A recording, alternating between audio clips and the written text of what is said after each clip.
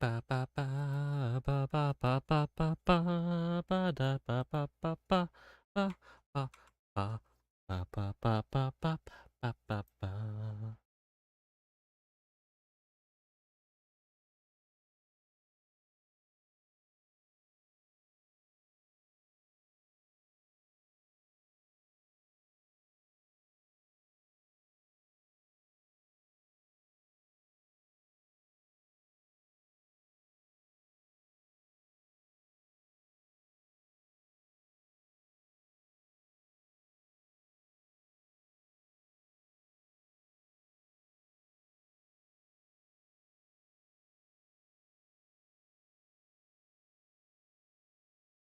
Oh, okay. Let me just wait a minute. Let people join in.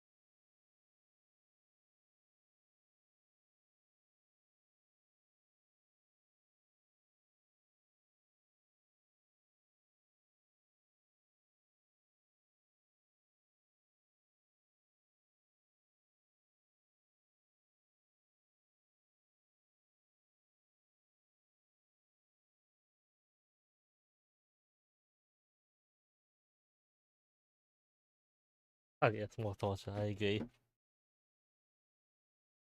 Ah, time for my music.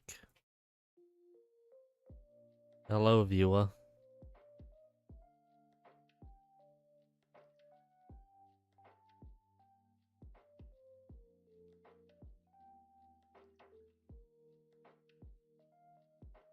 Chapter 6.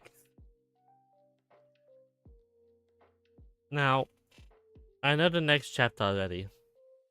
The next chapter is going to be the one where I've been dreading other than the other one. So hopefully after those two chapters it gets better. I don't think it will, but just listen to music while I go get some drink.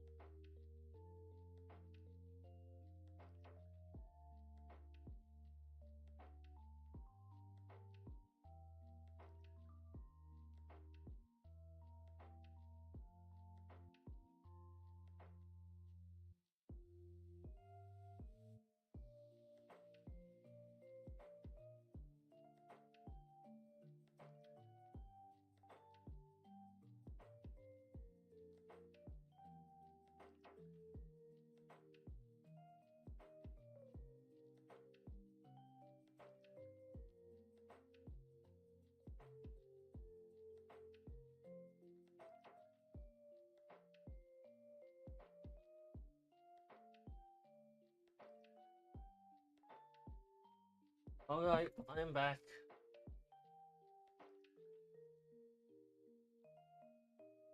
Chapter 6.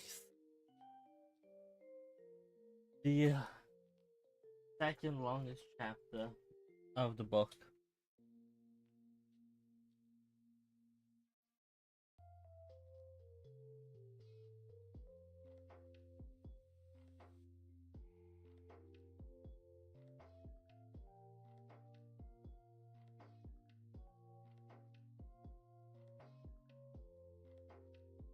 Why did I get a notification?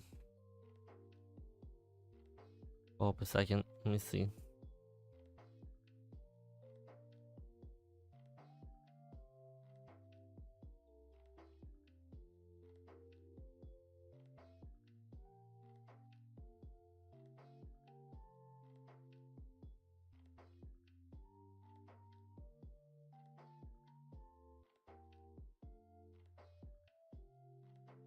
Right, okay. Pull that back up. Make sure it's live chat. See if there's any participants. So you can say hello. No participants. Okay. Chapter 6. The attack on the train.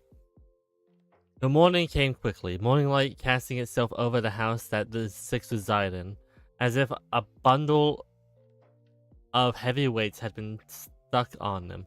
All night, Salisbury and Acidic were unmoving when dusk fell, and Soundwave went downstairs to wake the other four. Cluttered, who shuffled a bit, ended up being lifted over the three sleeping bodies by Duskfall as he used his magic to quickly save Cluttered from slamming into Acidic. Well, let's just turn it down a little bit more.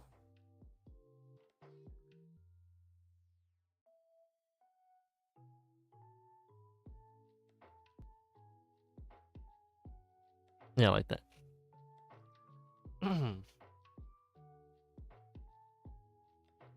After being placed down on Duskfall and Soundwave's side of the room, the three trotted quietly to the kitchen. They're out like lights. Must not have gotten a good night's rest in ages, Soundwave commented to himself as he heard the black kettle they had bubbling in the background. Duskfall grabbed 3 cups from the cupboard next to their oven, and Soundwave sat down next to Cluttered, yawning to himself. Can you do us up some cereal, Dusky? Soundwave yawned to himself again as he looked at Duskfall without looking at him. He used his magic to grab a bowl, and then to open the fridge to begin assembling a bowl of cereal as Soundwave asked for. His mind, however, was elsewhere. He was exhaustingly worried about the possible outcome of the day ahead of them. He knew that he'd have Soundwave, his brother Donrise, and the other 3, but he couldn't find a good ending for the meeting that had to happen in his deep thought. He ended up accidentally spilling hot water all over the counter he was preparing the morning hot drinks on. Okay. He opted for black coffee himself, but for as long as he had known Soundwave, he knew that Soundwave preferred tea in the morning. Soundwave got up and trotted over to the Duskfall as he grabbed the nearby towel to clean up this water, which was now dripping off the counter and onto the floor. Are you sure you're ready for this? Soundwave asked Duskfall, concern in his voice. I'm ready. As I said yesterday, it has to happen, Duskfall. Duskfall replied, still not looking at Soundwave. It's building it up to happen this way, but I know the next chapter is called, Familial Conflict. So it doesn't make sense for it to be this chapter. It's the next chapter, but they're building it up this chapter to be this big thing, even though I know it's unnecessarily obnoxious. And normally I don't care. Like, it's obnoxious, woohoo, yeah, there's a lot of stories that have obnoxious writing in it, but the stories are all good. But this is just drawn out, in my opinion. I get you're building up that his parents don't like the fact that he is gay. But I'll explain when we get to the chapter. I'll explain when we get to that chapter. This is not this chapter. That's the next chapter.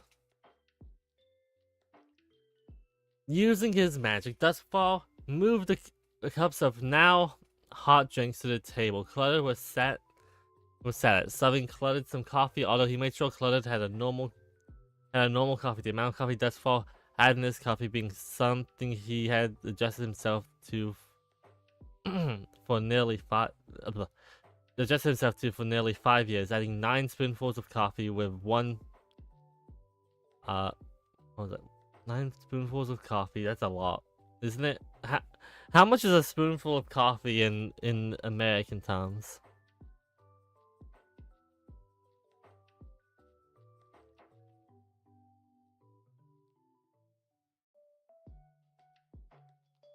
How much?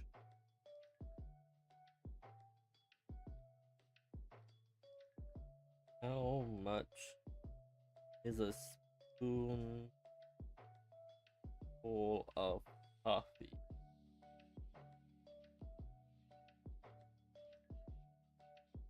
Okay, that's 10 grams.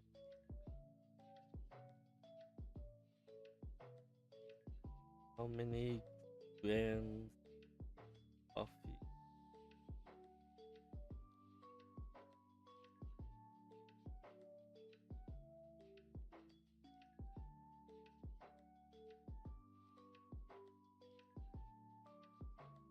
Well, why do you recommend coffee to water ratio of being 1 to 15 or 1 to 18, or approximately 55 grams of coffee per 1 liter of water?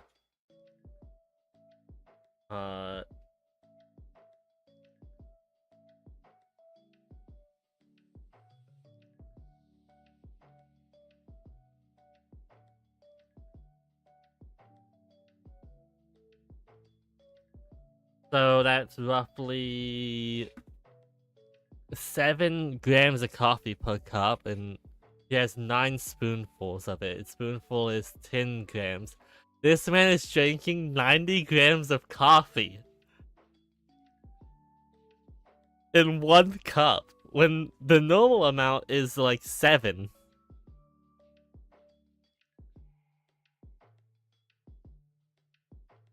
That is crazy. Actually, it's a little more than 7. I think it's like 7 point something, but still. That's crazy to me. Jesus. That's a lot of coffee.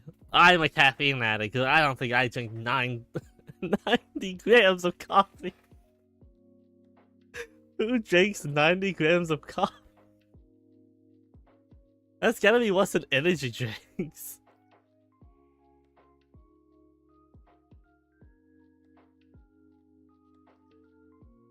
Okay.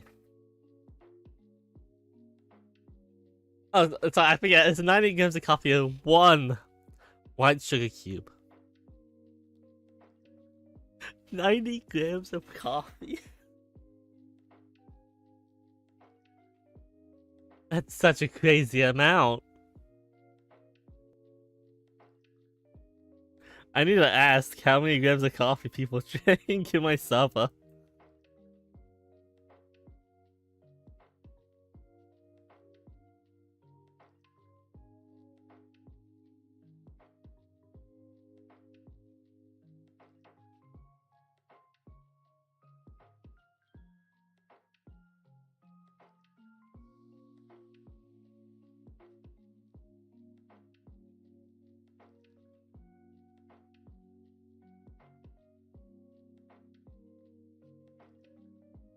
If I remember, I will put the answers on screen if I remember.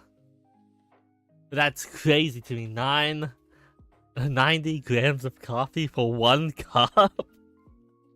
I'm not the only one that's baffled by this, right? Like, I can't be the only one baffled by 90 grams of coffee.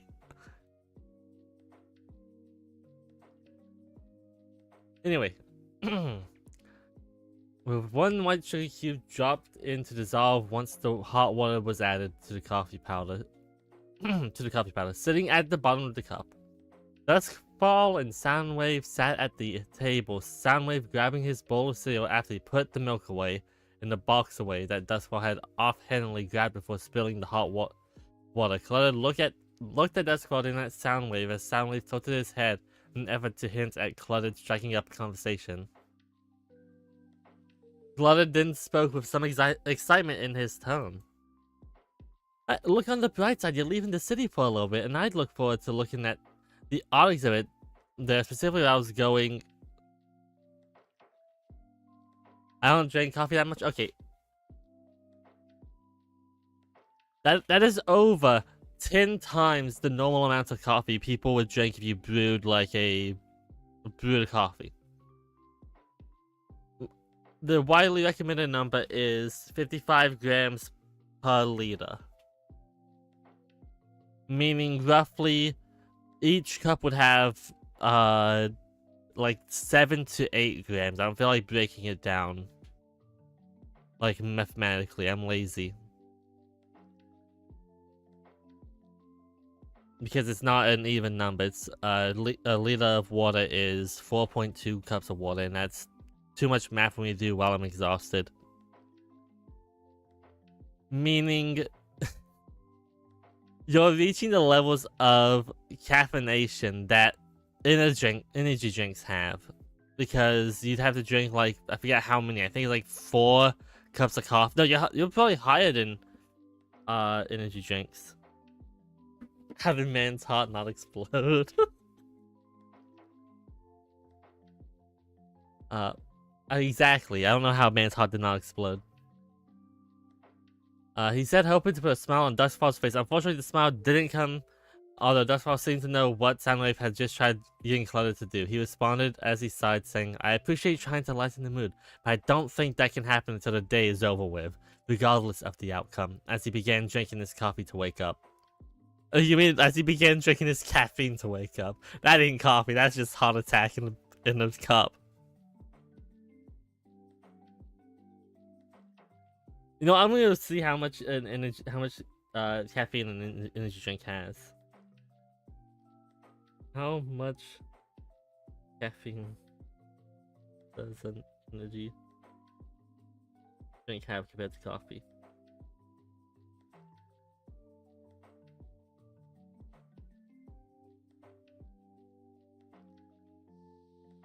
Okay, so per 12-ounce can is 50 to 300 milligrams of caffeine. We'll do the 300 one, okay? A cup of coffee is between 80 to 135 grams of caffeine. Milligrams of caffeine, sorry. Meaning, if you are drinking the 9 spoonfuls of coffee Duskfall is drinking, you are drinking. I need my calculator again. I'm not doing math today. 135 times 9. At most, you are drinking 1,215 milligrams of caffeine. That is the most you are drinking. The least you are drinking is 720 grams. Milligrams of caffeine, sorry. And I believe...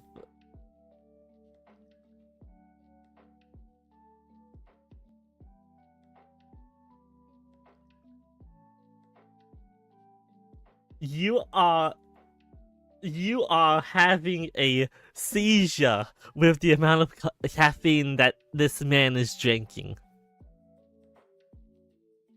That is at most 15 milligrams over the limit where it starts becoming a health problem. That is a crazy amount of caffeine. That is a crazy amount of caffeine.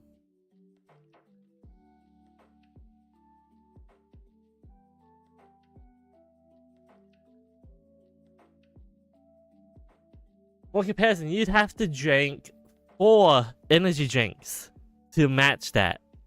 in terms of caffeine consumption. And you'd have to chug them.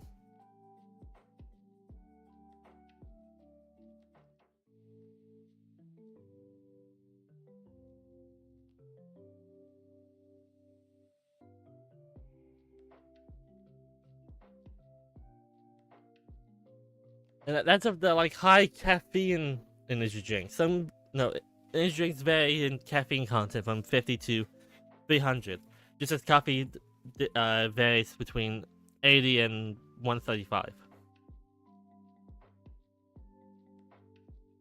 But even on the low end, that's 720 milligrams of caffeine. That is still over double one energy drink.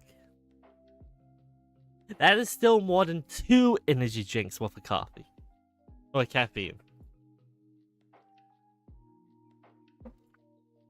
And that's for a human. Which I believe is larger than one of these tiny horses. Meaning, logically speaking, the caffeine intake for these tiny horses should be lower to cause harm. This is crazy. I don't like applying real world science to stuff, but that is a crazy amount of caffeine. I'm nitpicking on the caffeine because I'm putting off, I know it's coming up next and I'm putting it off for as long as I can, but that is a crazy amount of caffeine. That is like next level dangerous levels of caffeine for a person, let alone one of these 4 feet tall horses.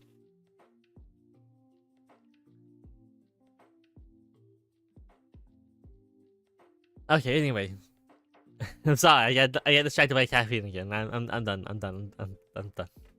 As we began drinking his coffee to wake up, Soundwave and Claudia looked at each other as Claude, now feeling like he failed to help, simply responded with, "I'll wake the others up then," before trotting off.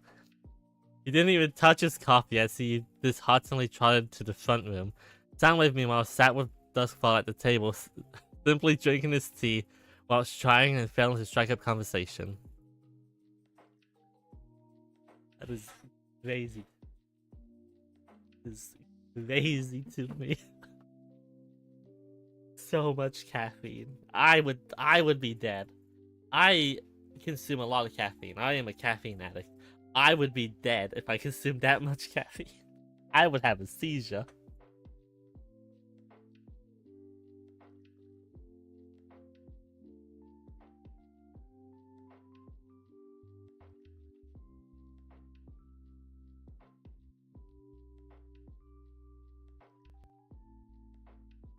When Claude made it into the front room, he took a long moment to himself. It was often that he found himself unable to help those around him. He didn't even feel like the shelter he offered to the 3 he was about to wake up was good. There was a mess around his house as far as the eye could see after all. For what it was worth, he did appreciate that the city had helped him clean it a little bit, though he knew that his emotions and mental state would lead him to forgetting to maintain or improve the state of his home. It's just Covet. This is just Covet again, but worse. This is what Covet could have been.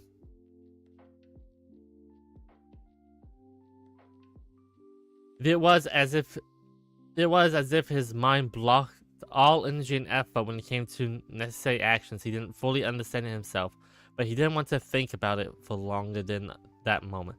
Slowly, he trotted over to the 3 sleeping forms on the floor and shook them all awake. Several groans and yawns were heard as Sour, Sweet, and Acidic woke up. It took them several minutes, with Sweet trying to go back to sleep, but after making sure he stayed awake, they got up. Me too, Sweet, me too. Minus the racism, obviously. I'm not gonna I forget about the racism. What time is it? Acidic yawned out as he stood up and used his wings to rub his eyes, wiping the sleep from them. "I'll check, hold on," Claude responded as he took about half a minute to check around for any clocks before spotting one he had previously failed to spot before, and rushed back as he spoke. 7:45, 7:45, I think? I never understood clocks. How do you not understand clocks? The long hand was pointing straight right. The small hand was on the 7 at least. And then... yeah, okay. And then he then said with confusion... He then said with some confusion in his voice, "What are we even doing again?" Sour then asked. Sweet then jumped in, answering and restraining his tongue as he answered, "What do you mean? What do you... I mean, we're going to golf means do... Oh, that's... Well, what I mean to say is what I said before." I agree, Sweet. I too have to hold back sometimes. Except when I hold back, I'm not holding back racism. I'm holding back me being a prick.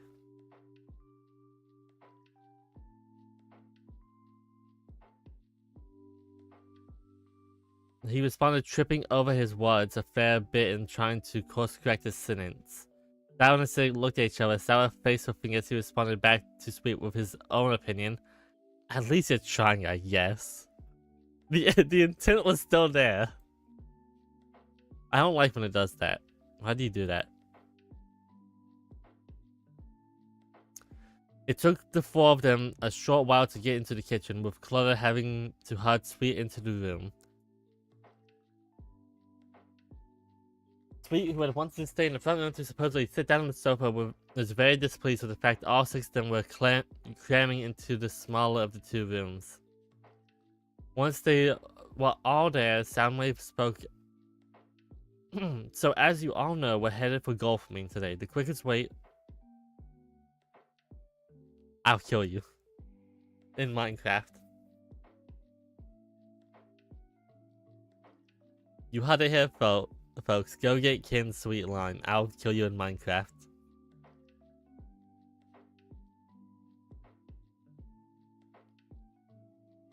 So as you all know, we're headed for golf meeting today.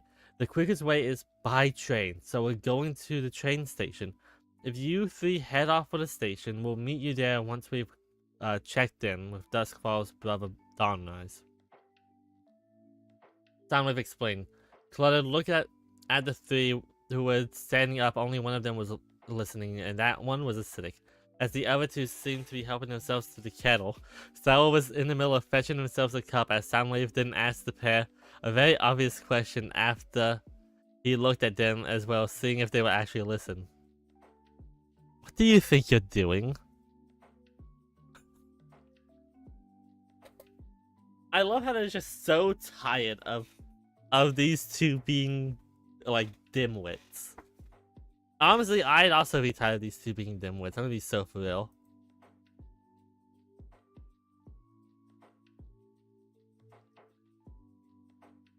So...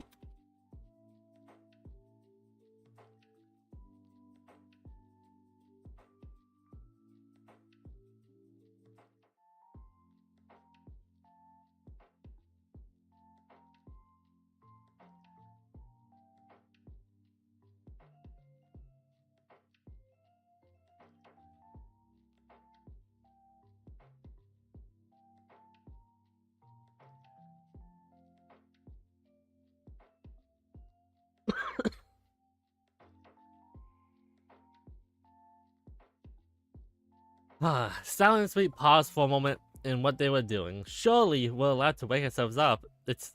No, what the I hate you. It's no Owl Night coffee, but it'll do. I'm going to throw myself from a roof.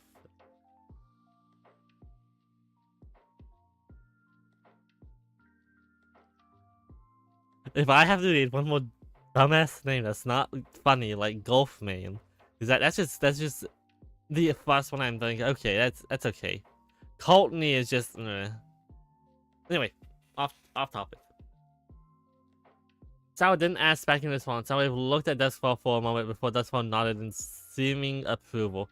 Soundwave looked back at the pair before responding back with "Just don't break anything" before he got up. "I'm going to get mine and Duskfall's things together in our saddlebags. Dusky, do you want to?" But before he could ask this question, Duskfall quickly got up without wanting it. Soundwave could understand that Duskfall indeed wanted to. What did he want to do? As he headed up the stairs, Clutter trotted to the front door, not even a good Not even goodbye then. Soundwave asked as he noticed Duskfall turned around too, but really just proceeded up the stairs. But it took a second before responding with sorry, but I only have until 8 to get to Highbuck Street. Good luck though, Duskfall. I hope everything goes well.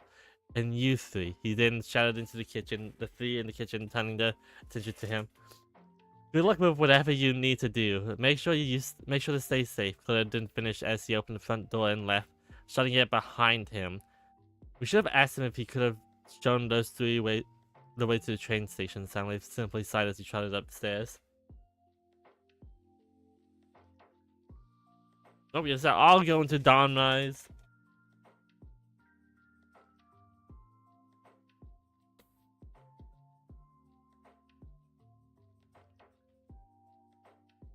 Meanwhile, downstairs, the trio looked at each other.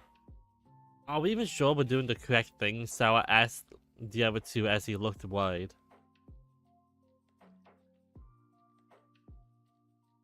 You read the prophecy. You read that prophecy and tell me it doesn't relate to us in those springs.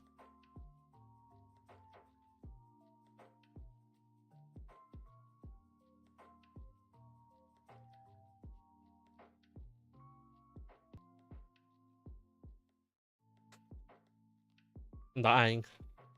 I don't know why I'm so fucking congested. Probably allergies.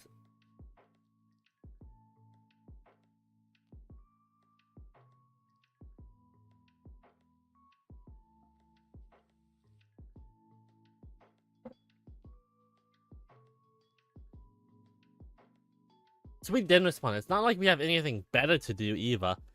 It would be nice to see more of this land. Acidic then added on with excitement, filling his sentence.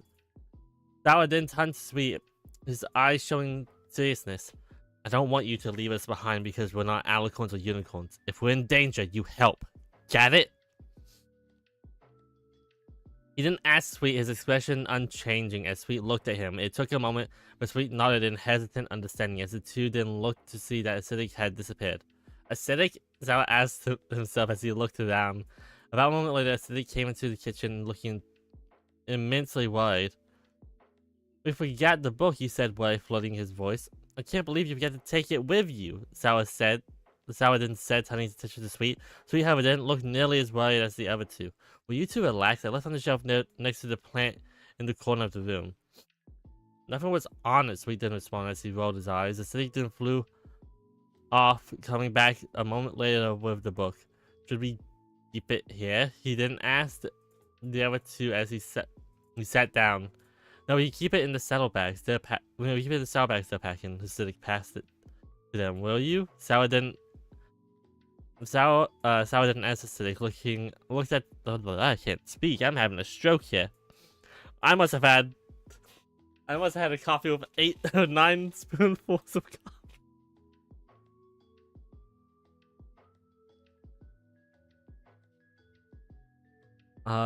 Sour didn't ask Acidic. Sour didn't ask. Acidic looked at the other two for a second before nodding and began flying upstairs. When he got upstairs and outside of Duskfall and Soundwave's bedroom, he heard some whispering as he drew closer to the closed door. He leaned against it and heard Soundwave and Duskfall talking. Surely it could wait though, Soundwave asked Duskfall. We can't. I already made up my mind. Stop trying to change it, Duskfall then responded. I'm just worried. Even with me and your brother, your parents could still get vicious. Remember all those letters they sent you when they found out you moved here? Soundwave didn't protest it back.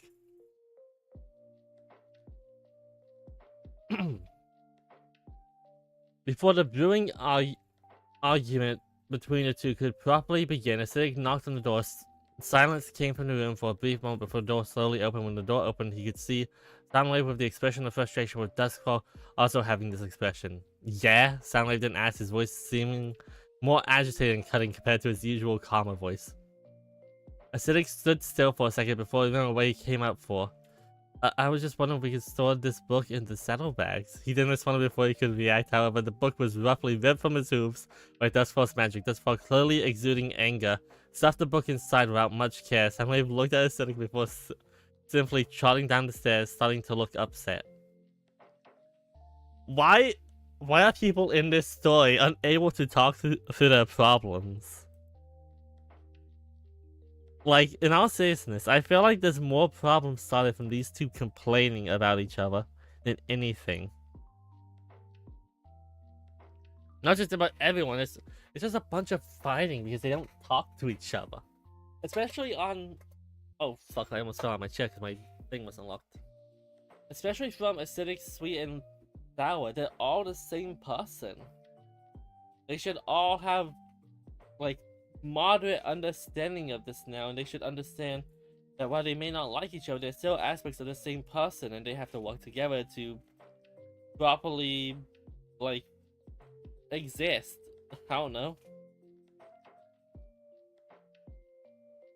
It just... It feels like the conflict could come from external sources more than it comes from internal sources in this book. There's obviously people trying to stop them from... There would obviously be people trying to stop them from achieving their goal, even if the bad guys want them to achieve their goal. Therefore, logically speaking, they could have, like, another group cause problems instead of it just being people arguing over nothing.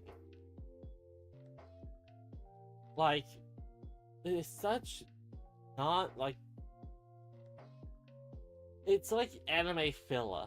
Except anime filler is typically cool because they add something you can watch. This is just... boring. It's just painfully boring. Because the author themselves doesn't know how to talk out their problems. That is a conversation for a different day, not while I'm reading this book.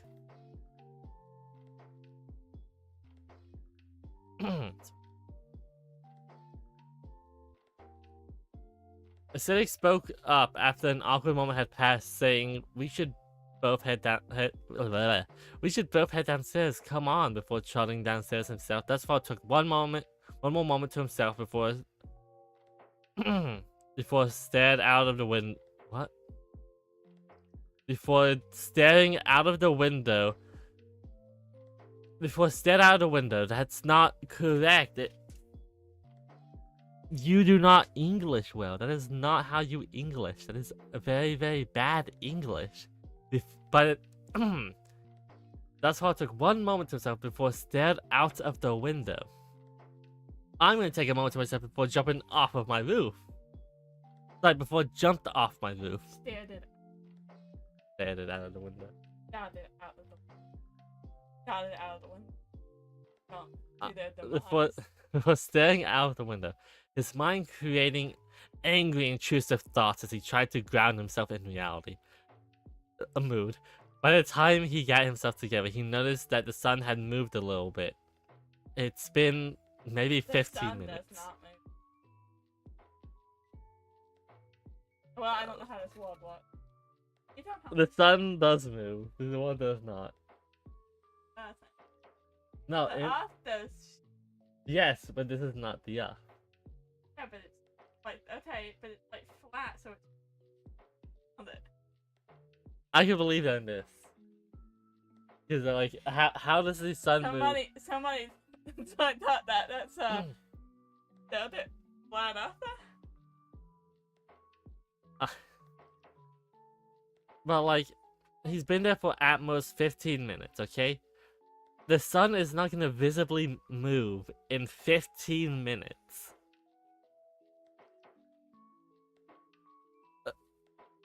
Not of it, I think it's just the 1,215 milligrams of caffeine he's ingested in the last 15 minutes. What's it? He shook his head as he got up, trotting outside of the room with his saddlebags and closing the door behind him, traveling down the stairs himself. Okay, we're going. We're gonna take a break for a second, like we do every single time. We get 30 minutes in. We're gonna take a break so I can mentally recover and laugh about the 9 spoonfuls of coffee, and then we will be back to continue eating.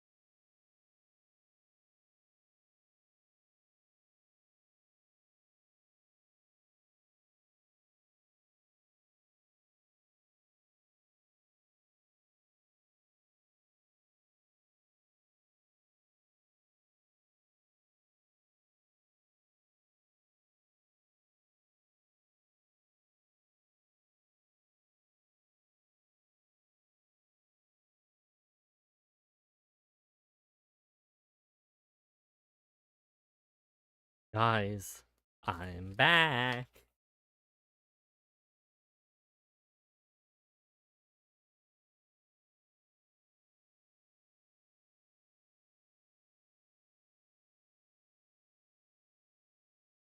Okay, that back on. Let's turn my music back on.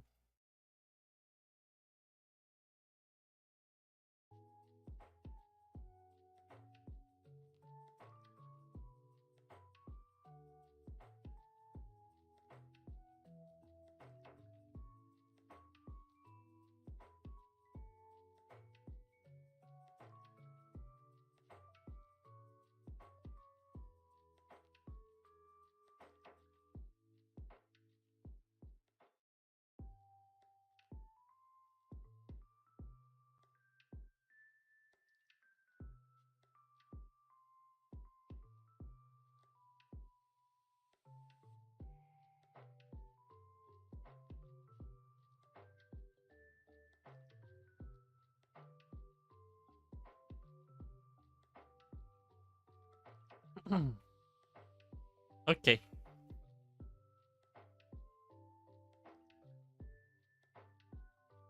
When he got downstairs, the other four were in the kitchen. Acidic and Soundwave sitting whilst the other two stood. They all looked up at Duskfall as he spoke. Let's all set off then. The next train is relatively soon. If we want to get to Gulfmain and be back before tomorrow, we'll have to set off now. He said, looking at Soundwave. Soundwave looked back with silent frustration still in his eyes. He simply got up as he trotted to the front door. The other three looked at each other before Duskfall spoke again. That means you three too, he said as the other three almost simultaneously jumped up from the interruption, getting up. Acidic followed Duskfall. Duskfall followed shortly by Sour and Sweet, who all ended up following Soundwave out of the house. Once the last of the five got outside, Soundwave shut the door before he turned to the three. We're heading to Dawn Rise. Get yourselves to the train stations, he said as the three looked at each other. And how exactly are we supposed to get to the train stations? We asked with arrogance in his voice. Soundwave took one look at him before getting close, and he stared Sweet down before Duskfall interrupted the tense moment. Just get Acidic to use his wings. That's what happened when you got in the city. Just do the same now. Can't miss train tracks after all. He then responded to Sweet, and to Sweet as he managed to get Soundwave to back off. Before the three could protest, the pair trotted off down the street, leaving the three to look at each other. I mean, they could have been nicer, Sour said to himself before Acidic then spoke. They're clearly tense about something. I heard something about Duskfall's parents' letters and being vicious when I went to ask them about holding the book, Acidic said with some curiosity in his voice. They all trotted down the street a little bit before Acidic took the time to fly upward. When he was in the sky, he looked around. He didn't realize how far out from the main city they actually were. That's when he saw it. The train tracks going through the city and leading out to the south and next to a forest not too far from them. He touched down, pointing them in the direction of where he also saw the station, and shouted that way before darting south at an immense speed, the other two following behind as they galloped behind him. Gallop. You know, gallop myself to a grave.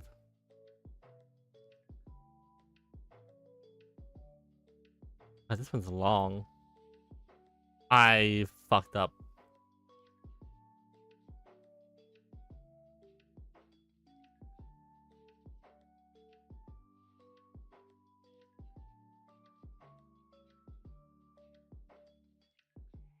I found my place again.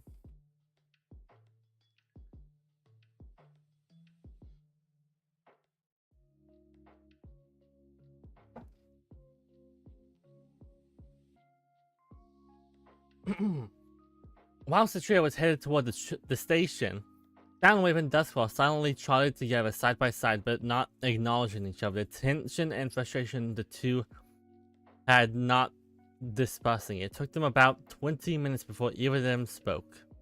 Duskfall breaking the ice like a hammer breaking a window.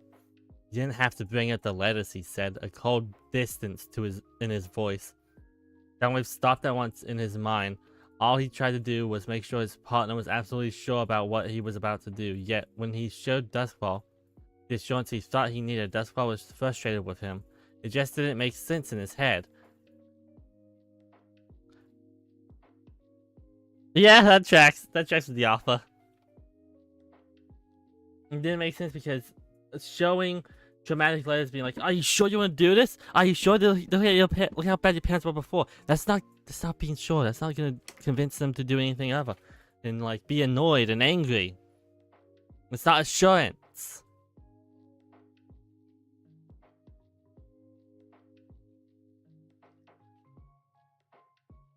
Oh, so when I see my husband in an emotionally distressing state, I'm supposed to just sit there and pray you're okay. He didn't shout out his frustration was finally coming out. Thus far, looking at Soundwave this time, saw for the first time in the day his partner's feelings. He stared at him, locking eyes with him as he responded, "Soundwave, I appreciate you being here. Really, I do. When I make a decision, I don't need to be prodded about it constantly. One time would have done." He shouted back in his own frustration. I swear, the emotional maturity of children. This is what these characters have. And it's not shocking, but it's just sad. These characters have the emotional maturity of children.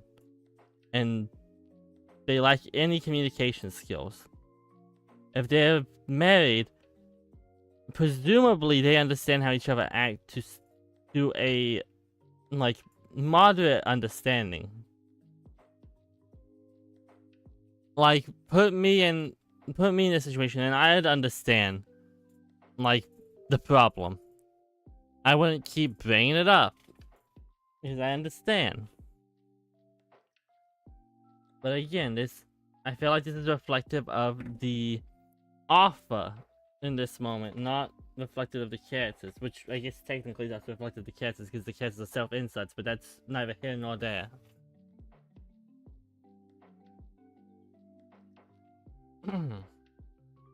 Soundwave looked at Duskfall, his mind instantly going into a red-filled anger as he protested back, his voice getting louder. "I wasn't prodding you about it constantly. I'm sorry about the letters, but given their track record, it worries me." "I wasn't prodding you. I just asked like 50,000 times. I wasn't prodding you."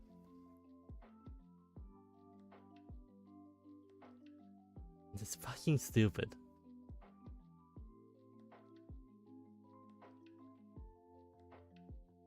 Soundwave shouted back with anger now in his voice. This made Duskfall turn away for a moment, his eyes forming tears for a brief moment before he took a stuttered breath and just responded quietly, responding with, "Let's just go," before he started trotting off. When he turned back a moment later, however, he noticed that Soundwave was unmoving, his stance being firm as he just stared. "Come on, we have to," but before Duskfall could continue, Soundwave interrupted. "You go to him yourself. I'm heading to the station."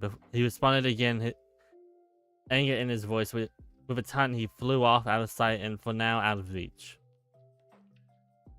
They can't communicate. They should go to fucking therapy. They should consider therapy because they fucking suck at communicating like adults.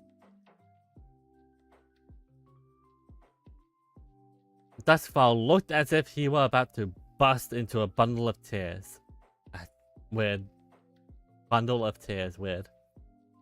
He took a few moments to himself to just sit down on a nearby bench as he cried. His saddlebag slumping off his back, tears rolling down, and his sadness reaching a peak. He was terrified of what this meant for the rest of the day as his mind just kept racing to repeat every negative thing that had happened within the last hour. Over and over, seemingly never ending, his heart beating at what seemed like over 10,000 times per minute. That's probably all the caffeine you ate or consumed. I'm gonna be so thrilled with you. He had to stop himself, but no matter what he tried, he just couldn't. It all felt like a whirling storm in his head. Thankfully for him, however, some pony had galloped right up to him when he turned to figure when he turned to the figure that was standing next to him, he found it was the one he was looking for, Dawnrise.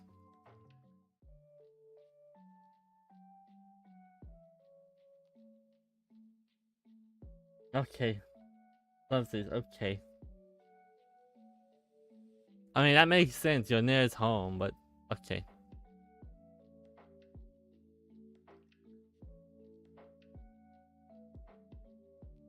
Oh. That yawn made my jaw cramp.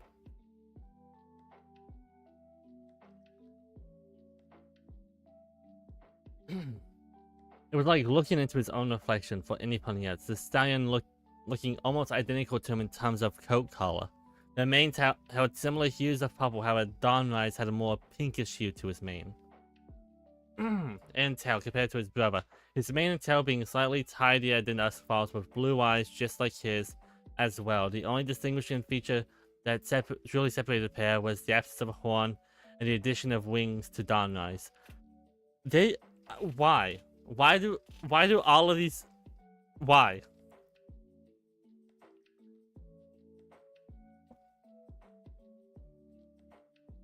Did I get a notification? About doing here crying. I thought you and the husband were going to come find me. Or they cluttered lied to me, Dawnrise asked, sitting down next to Duskfall. The thoughts inside Duskfall's head subsided for the time being, as he responded with a relieved voice. You couldn't have come at a better time if you tried, he said, hugging his brother and just taking a moment to relax.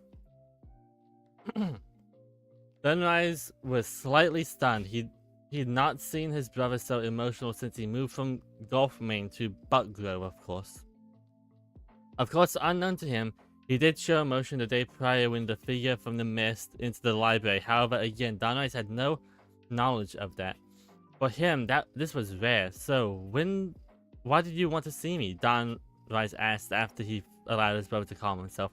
Duskfall finally composed himself, responded with a question.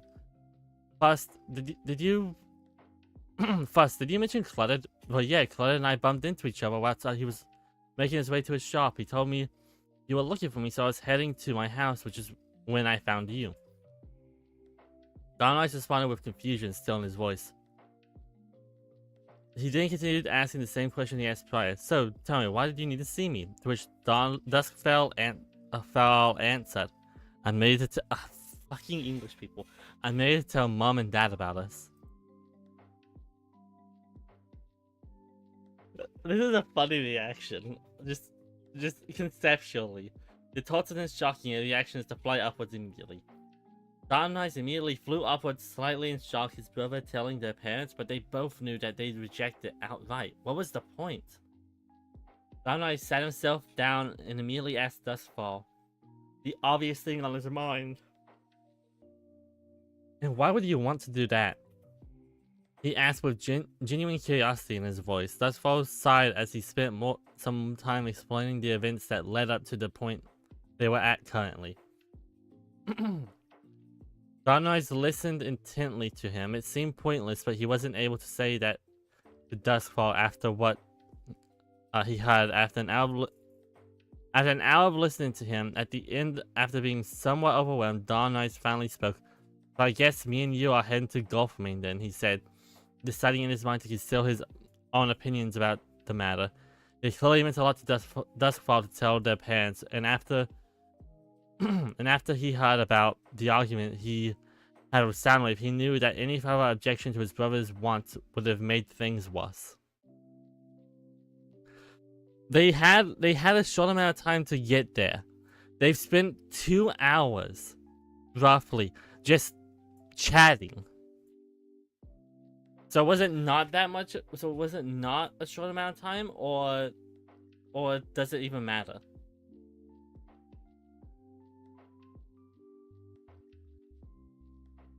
Well, come on then. Let's get going, Dusk. Dawnrise then said, getting up as he pulled Duskfall with him. Duskfall put a smile on his face for the first time that day as he used his magic to put the saddlebags back on his back. Within seconds, they both raced off down the streets. He was so lucky to have Dawnrise in his life, just as he was to have Soundwave in his life. Deciding to spend the journey to the train station and thinking of how he'd get to go about talking the morning over with him. About an hour earlier. Okay.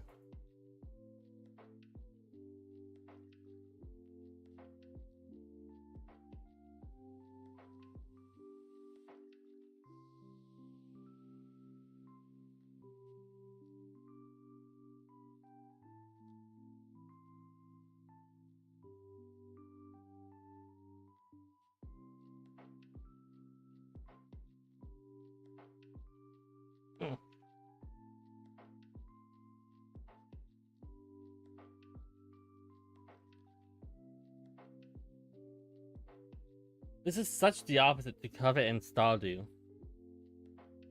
Like, why does all the main characters have the mental maturity of a child? And all the side characters are like, oh, we should be more considerate. We should think about this more.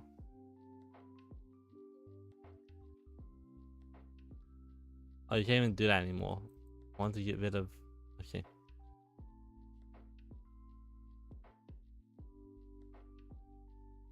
The trio bolted from street to street, corner to corner, Acidic almost being blindingly fast as he seemed intent on the course he was going at. Will you slow down? Sour shouted at Acidic, finding it exhausting to keep up with him. Sweet, who had fallen over a few times, started using his own magic just to levitate himself off of the street to catch up to Acidic, leaving Sour behind at certain points, and forcing the pair to wait for him. By the time they had reached the destination, they had managed to find themselves in a little bit of a line. The line wasn't long, but it was enough to give the three of them time to breathe after their unintentional marathon. That was very intentional by Acidic. I don't know why he was doing that. That they had just galloped. Sour, who suffered the most from the gallop, and spoke up. You think you'd go the teeniest bit slower next time? He asked through a desperate gasp for air. Sorry, I just wanted to make sure we were here before the middle of the day. From what we gathered this morning, it's going to take quite a bit of time to reach Gulfmane, even on Shane, Acidic responded. Yes, the problem that they haven't thought of yet. How to pay. At a few moments of gathering themselves and catching their breath, they joined the line. The line had grown a little bit, but a little bit by the time they had joined, with the ponies around them looking at them as they looked like they didn't belong in the line. One by one, the line decreased in positions until finally it was their turn.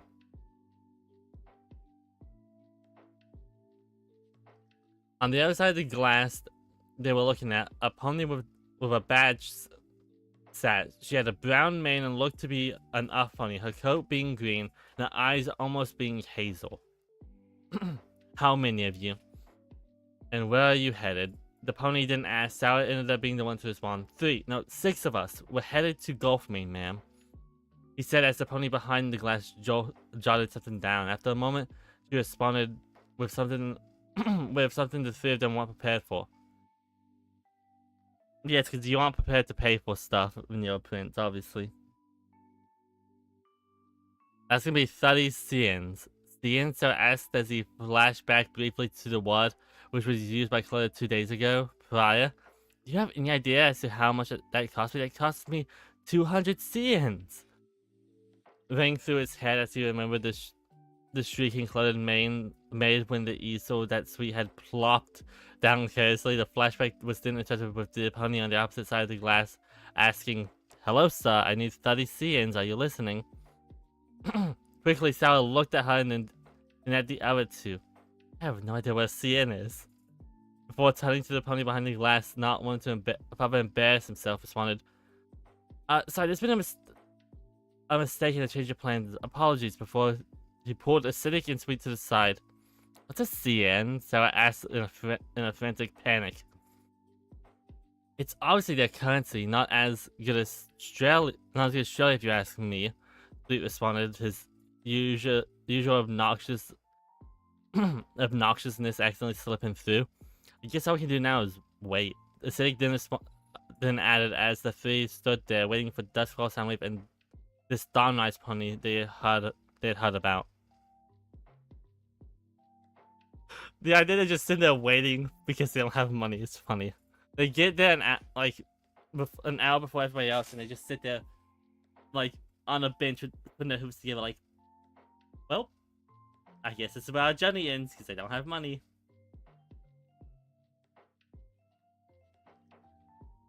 Like, I feel like they should have prepared and just gave them some money so they could, buy the ticket or something.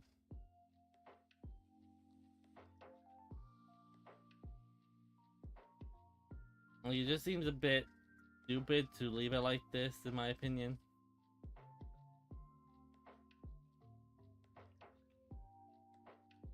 But I could be wrong. I'm not, but I could be wrong. However, Dawn Knight nor Duskfall appeared at first. Instead, the thunderous landing of Soundwave was heard as the three saw him alone. He looked incredibly angry, and something had clearly happened between Duskfall and him. Together, the three trotted over to him, being cautious as Acidic asked the question. You look upset. Did something happen? Did something happen? Of course something happened. Soundwave bellowed. The three of us jumped, and several passing ponies also jumped and spread their trotting up quickly in reaction. Soundwave, seeming to have realized his own anger having burst out from his mind, composed himself. Sorry, I'm really not in the best of moods. He didn't reply. The three looked at each other as Sour then responded. Do you want to sit down and talk about it? He asked Soundwave. That's probably a good idea. Soundwave simply responded. He then began trotting to a crossing in the road, using his wings to point to a nearby cafe. Come on, I'll explain everything over there. As he crossed the road, the trio followed him soon afterwards. I wouldn't follow him. I'd run. I'd run and run fast. I wouldn't want to be there anymore.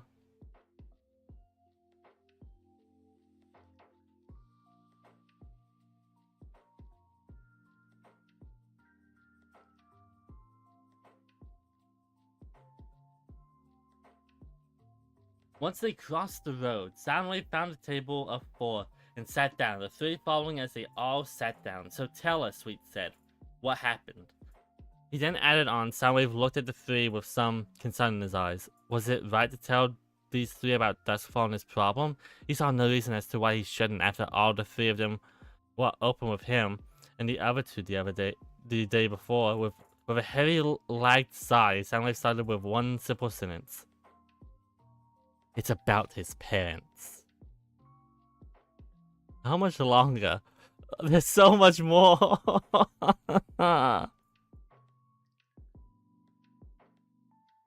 Fuck.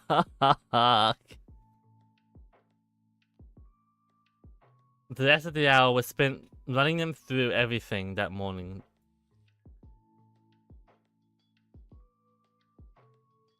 The time I thought none of them had witnessed or seen.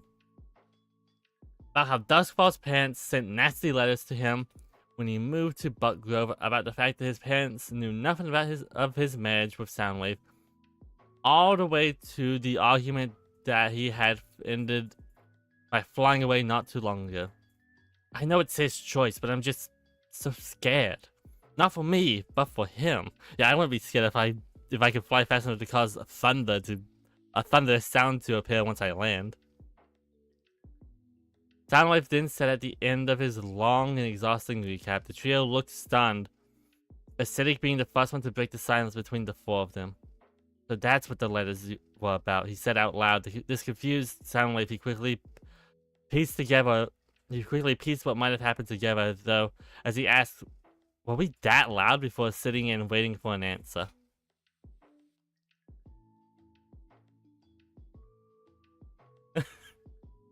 To tell the truth, Zeus as a pony? No, this is Zeus as a pony. This is like the Flash as a pony. To tell the truth, you might have been, Acidic began, but it's my fault on that part. I did lean in instead of just knocking immediately so I could listen in a little bit. Acidic didn't finish. Soundwave looked at Acidic, clearly a little embarrassed at unintentionally being so loud when he didn't mean to be so loud. I'd argue I'd be a little bit mad at Acidic if I was Soundwave. I'd be so for real. I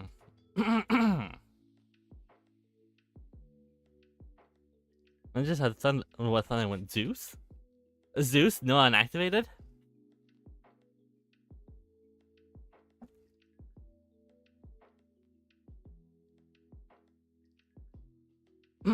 Hey, don't worry about being too loud. You two are married after all. You're bound to come across some heated arguments. The problem now is apologize to Duskfall. Saladin added. I don't think they knew they were married. I didn't know they were married. I didn't mention that. Well, I guess now they know his marriage with Soundwave, but still. Soundwave looked as though he had just been talked to in a language that he didn't know. As he responded, but we've never had an argument in all our years together. Just little non-serious debates about each other in a playful way, of course. Soundwave replied. The trio looked at each other in equal confusion as Sweet then asked, so you've never had a real fight or argument before?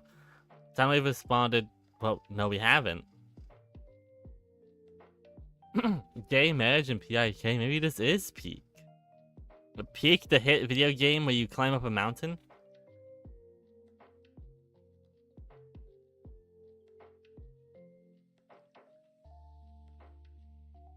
Well, that's an abnormality. It's weird, but it's not wrong. In fact, I'd say well done. Acidic then tried adding in, well done, Soundwave then asked. Well, yeah, think about it. Your relationship has been so stable up until now, since you two are facing your problems. You're actually testing your relationship. By the sounds of it, you two have made it through that. So don't worry. Just apologize and see what happens from there. Sour then added in.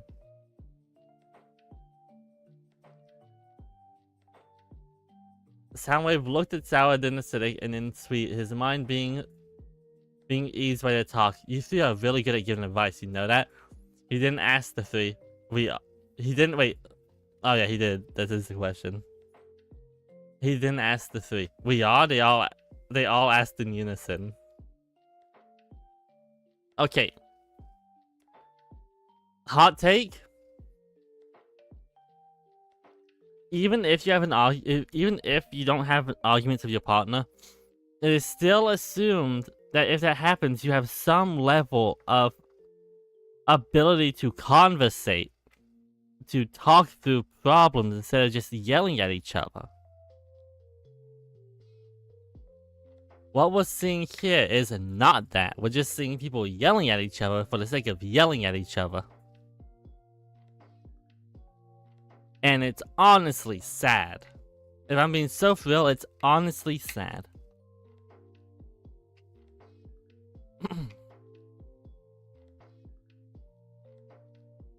Like, these two are people who've been together presumably for years. And they can't even have a conversation. Not a single conversation without getting heated when it comes to something serious like this. Non-serious topics are alright. Non-serious debates and topics are alright. But you have to be able to have serious conversations of this matter for your relationship to stand. These characters are written like they love each other more than anything, but they bicker. And not even bicker, they argue. Like they hate each other whenever it comes to like a serious topic. That is not healthy. You should be able to have a serious conversation. So who's arguing the married couple? Yeah. Soundwave has been prodding Duskfall to not tell his parents because it doesn't matter. Which, fair, I agree with the sentiment. I have no argument with the sentiment. It is correct, it doesn't matter. But we're sitting here and seeing that Soundwave and Duskfall lack the ability to communicate. And that has turned into a big argument.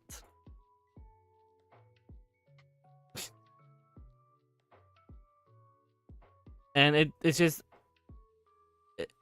It's not bad writing. but it's just stupid writing.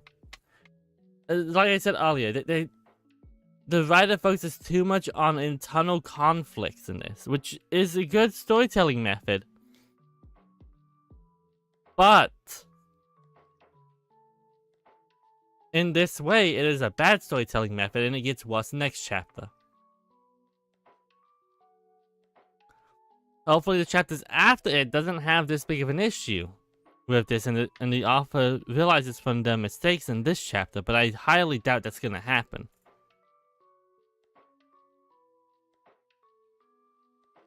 Anyway.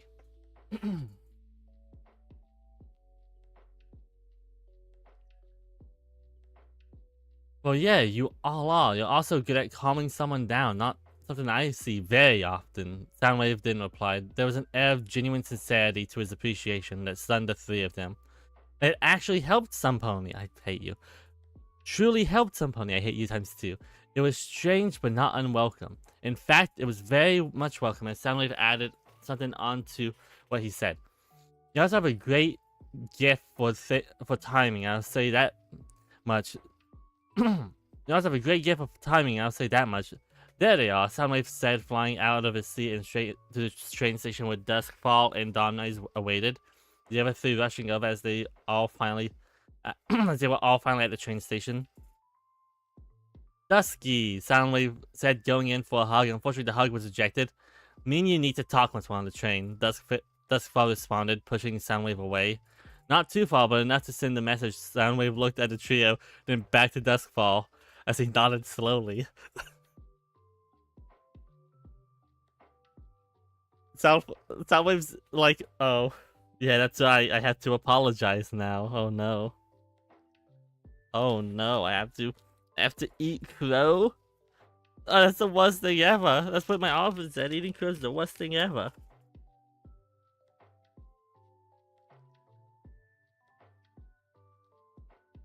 There's a D20 again.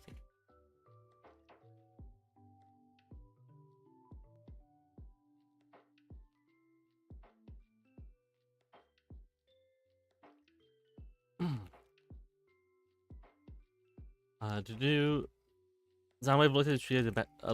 Looks like you took my advice then. Duskfall then commented as he looked at Acidic. Yep. So you're Dawnrise then. He didn't ask Dawnrise. That's right. Duskfall told me about the three of you. Acidic, sour, and sweet. Right? He asked. The three nodded as Duskfall without speaking went to wait in line. While he was in line, the other five stood to the side. The correct choice. Oh, hear me roll die, okay.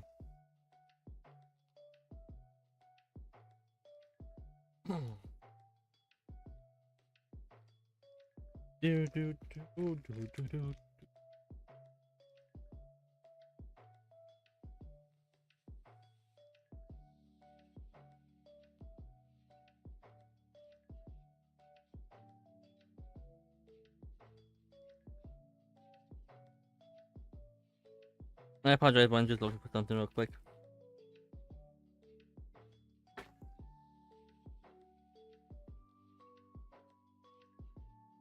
There it is.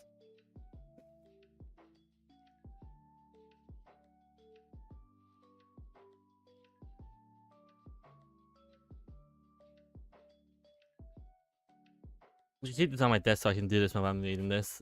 I have something to focus on. Dawnrise. Soundwave began before he could continue. However, Dawnrise raised his hoof a little. It's alright. We're both scared.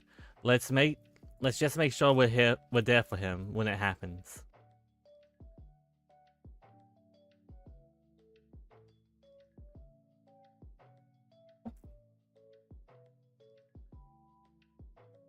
Dawnrise responded.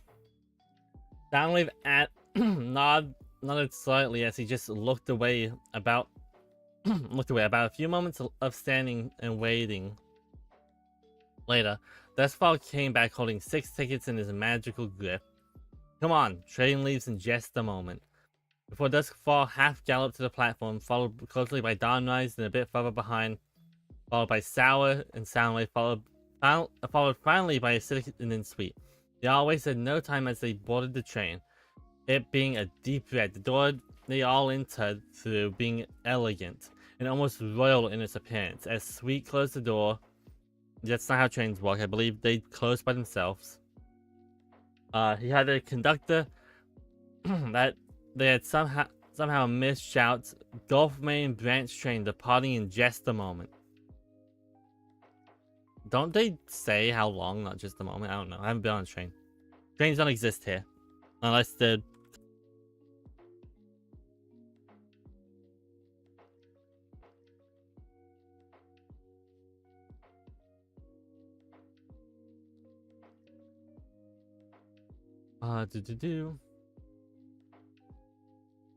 Before the six trotted up the narrow hallway, they passed several inconspicuous passengers in train cars before finally reaching the last car on the train. There's a much freer looking room in front of them, which led to an outside, presumably the real balcony. Freer looking room in front of them, which led to an outside, presumably the rear balcony. The six sat down in the seats next to them. 3 of them on either side of the train car. Just as the train seemed to start moving, just like that, they had found themselves out of the city within the first 5 or so minutes, as they all took the time to relax a bit. About 2 hours passed as the trio caught Dawnrise up on everything that had happened during the days before. About the coronation attack, about Minstralia, about the Alicorns that had attacked them, Archie and Dallaslight. Dawnrise seemed to be listening very closely as he kept questioning them on things he found slightly odd. Like this entire story. This prompted the 3 to explain in further detail, which seemed to satiate Dawnrise. Meanwhile, Soundwave and Duskfall sat in silence. Occasionally their eyes met, but as they did, they darted away even faster. The 3 had just finished up on the gigantic catch-up that they did for Dawnrise when Duskfall finally spoke to Soundwave. Let's go to the balcony. It's time we had that talk. Before he got up, Soundwave, who nodded, told the other 4, "We'll be back soon." Before they both headed out to the balcony and shut the door behind them. Duskfall leaving the saddlebags with the others. "You think they'll make up?" Sweet asked curiously. "Of course they will," Acidic responded quickly. Dawnrise chuckled as Sour asked him, "What's so funny?" Before Dawnrise simply said, "Oh, nothing."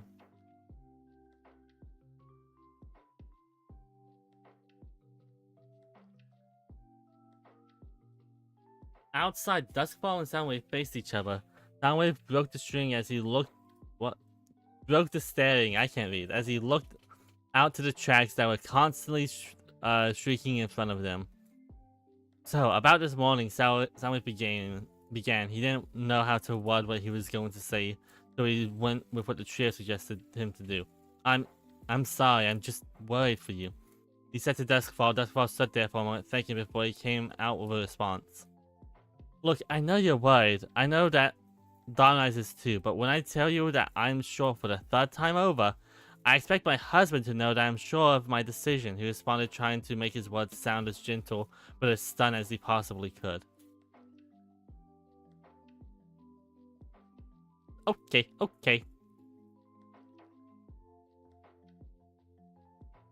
Soundwave looked down as he nodded. "Right, as long as you understand that it was because I was worried, the last thing I'd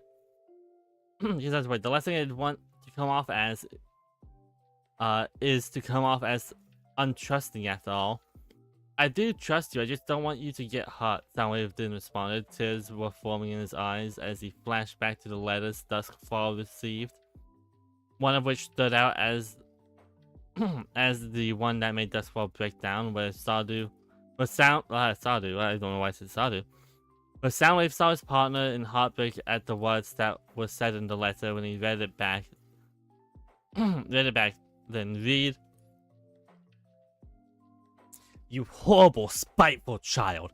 You run off to the same city your brother ran off to after everything we did for you? You take yourself to that city knowing you won't get far. Don't come back to us when you end up crumbling. You deserve it, wasting your time in such a place. You ought to be ashamed of yourself. You can't even go 5 seconds without crying like a filly when we tell you to when we tell you to grow up, which you should do. I feel like this is just a rewrite of something that the author has been like sent by their family. I'll be so for real. We should have dropped you off at Okay. we should have dropped you off at the orphanage. You're good for nothing, waste of space. Don't be surprised when you end up 6 feet under alone with no pony by your side. Don't expect us to take you in again. Rely on that brother of yours. He clearly means more to you than the years worth of care, food, and shelter we gave you. This is like flashbacks. I was gonna say Wattpad, but I'm thinking it's like early 2020s fanfiction.net. early time of fanfiction.net. Poor Ridens, whenever they use the lemon and lime as their tags instead of anything else. I still do that. I don't know.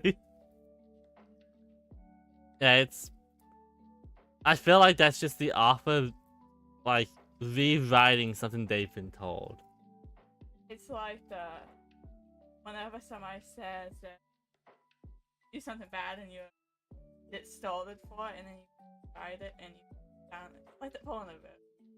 It's one of those. Where somehow it starts with they tossed this in my direction and they took the swing at me.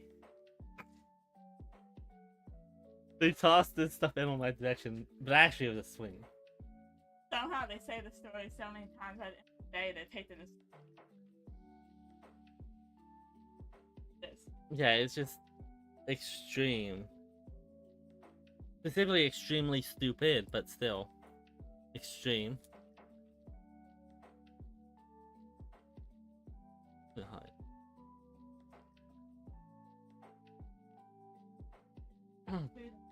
Okay. Well, we're gonna take another short break because Charlie needs my help again. I apologize for taking 2 breaks this time. Remember, it will be a video, and the video will have the breaks cut out, so it'll just be me reading and talking about the book. Hopefully we get. Oh my lord, I hate my life. Okay, well, we'll be right back. Let me go to this one.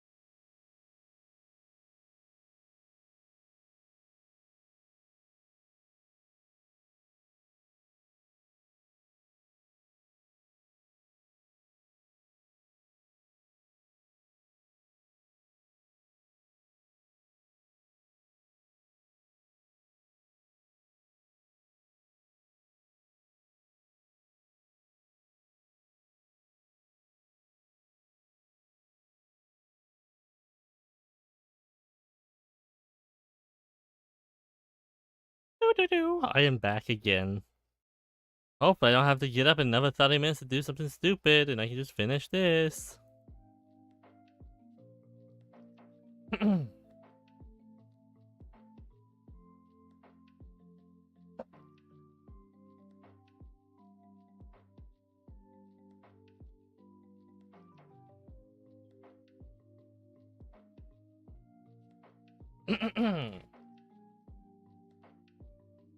Soundwave went in for a hug. This time it was embraced. The two stayed on the balcony unmoving.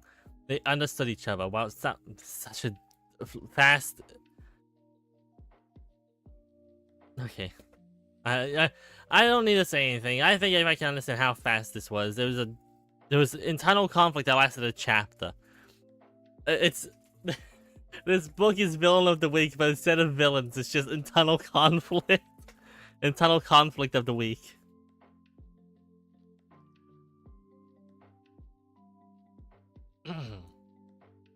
They understood each other. While Soundwave didn't want Duskfall to be hurt, he knew that was something he had to do. Promise me when we get there that if it gets too much for you, Soundwave begins slightly stuttering from his tears. I know, trust me. I don't plan to stay there long anyway. Duskfall responded, the two just watching the view behind them as they whisked past the rivers and hills as far as the eye could see. After about 5 minutes from the inside, Donrise opened the balcony door. He asked, "You two alright?" But before he even got an answer, he could see that the argument had been resolved as he went to close the door to go back inside. Soundwave looked at him with a smile. "We'll be fine now," he said as he turned back to spend the remainder of the trip alone with Duskfall. It's what he wanted to do anyway. Back inside, the trio looked at Donrise as he simply nodded as Acidic asked, "Are they alright?" And he sat down. It's going to be a tense encounter, but we'll be there for him. Donrise then took a long, relieved sigh. However, that prompted something he didn't expect from Sweet, surprisingly, and rather kind tone to his usual obnoxious and arrogant tone. He said, "Listen, we're here for you too, Donrise. It's not just for him who it's not just him who has to see his parents today." As the other two looked at each other with genuine shock at what he said, it was safe to say neither of them was expecting that response from Sweet. "I appreciate that, but I already burned that bridge a long time ago," Donrise simply responded. "How?" Sourdinner asked. "I think that's a story for another..." What was that? He's right behind me, isn't he?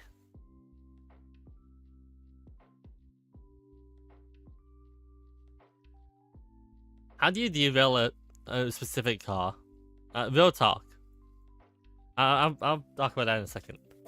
No, my fidget spinner. Dropped it. God damn it. That was keeping me focused on reading this nonsense.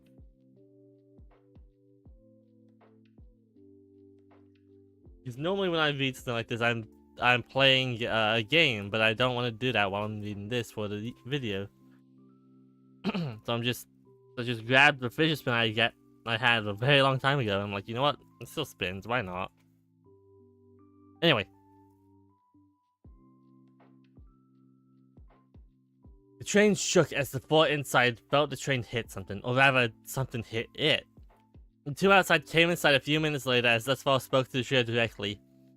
"You said there was a blue alicorn and a purple alicorn, right?" "I think I just..." But before he could finish, the train violently shook as the carriage they were in fell off the tracks. Duskfall instinctively used the magic to keep all six of them in a protective bubble of sorts as they felt the car flipping over from the friction of the train car meeting the ground at an off angle. They felt the lack of ground and so suddenly I lost track because of a notification. The lack of ground and then so suddenly crashed back down into the ground. The six of them crashing into the floor with several aching limbs by the end of the commotion when the momentum stopped. The protective spell was lifted with all six of them gathering up and exiting through the now upside down balcony. However, Duskfall was the last due to the fact that he took the time to put the saddle he took the time to put the saddlebags that he had back on. He had found them open sitting in the center of the car, but thankfully nothing spilled out. When they all got outside, they noticed that the distance they had traveled from the tracks was staggering. The car having derailed and flung several tins of meters from the tracks. But what scared the trio specifically was the extent of large ice grass patches, clearly from some missed shots from who they instantly knew to be Arcane. So they finally found out that was still alive. That were alive still, then Sour said grimly to himself. The three of them looked incredibly scared at what they all knew had happened. Arcane had derailed their car specifically. He could have known, Sweet said to himself. However, that's when Dusk interjected. What if someone else knew, and through him, he found out?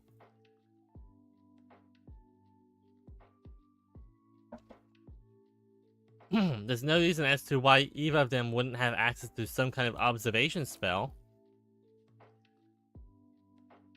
He thought up as he said it out loud. Soundwave meanwhile flew up, looked in the direction they were headed. They had derailed, seeing the train far off and nearing Gulfmain. Whilst also seeing what appeared to be a gorge system, with it meeting the seas far off. However, when he tried to search the nearby area for two alicorns, he saw nothing. He landed as he shared the news. So the good news is the Gulfmain looks to be about half an hour away. Let's go there. But before he could finish, a large batch of icicles slammed into the ground behind the six of them. The icicles clearly making an arrow shape in the ground, pointing to the nearby jutted hills that clearly being the gorge. So he wants us to go to the gorge, Soundwave said out loud to himself. Should we humor him and go? Dominoes asked the other five. I don't think we necessarily have a choice, Duskfall responded as they all went to head in the direction of the jutting hills. However, as they did, a wall of purple flames burst forth. Duskfall, Dominoes, and Soundwave were knocked back as the other trio looked behind at them in shock. He wants us alone, Acidic said to Sour and Sweet, as morbid reality hit them. They flashed back to the day of the coronation, the feeling of fear striking them as they stood widened eyes from the realization. You're insane, we're going with you three. Dusky, do you think you could tear it into this firewall? He then asked Duskfall. I'm afraid I'm afraid not. My magic isn't that powerful, Duskfall simply responded, however, looking down slightly. Alright then, I think this is where we part for now. Darknice then said, looking at the three. We'll head for Gulfmain. Surely there we can reconvene. Surely if they want to kill you, they'd have done it by now, Soundwave then said. Although it was clear the other three were worried about Sour, Sweet, and the city. Taking a deep breath, Sour started trotting onward. Come on, you two. Before the other two followed, the Acidic stopped a little way in, however, as he turned around. I hope you're right, Soundwave. I hope you're right about what both of us are thinking. He said as the two groups parted, Dusk, Dawnrise, and Soundwave trotting in the direction of Gulfmain, while Sour, Sweet, and Acidic made their way to the gorge, where they presumed the spring of body resided, their minds being filled with concern and uncertainty.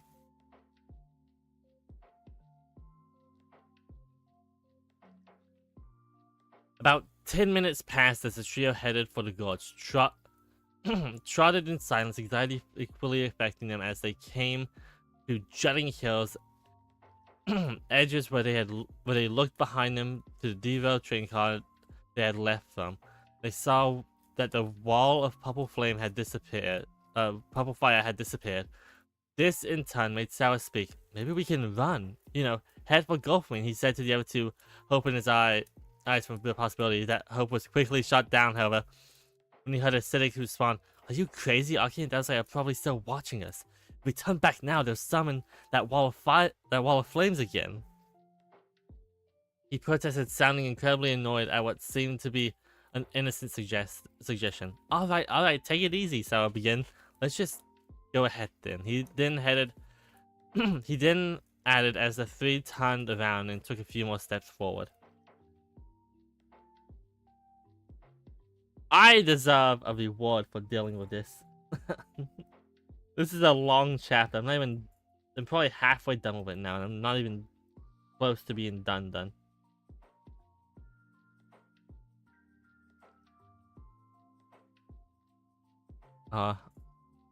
Let's see. Oh, you know, we're pretty close to being done. Okay. Okay. When they looked down, they saw that a river was running through the area. Several bridges had been made on the path, not too far down from them. As the wind seemed particularly strong within the gorge itself, several layers of grade squished together like cake from the erosion of the river. The erosion of the river, from the erosion, the river must have caused in times long gone. Christ, just speak normally, please.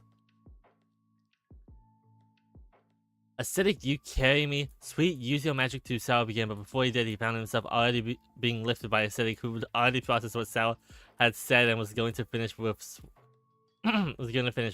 Sweet must have done the same as he landed right next to them. Next time we see a gap, let's just assume that Acidic needs to carry you.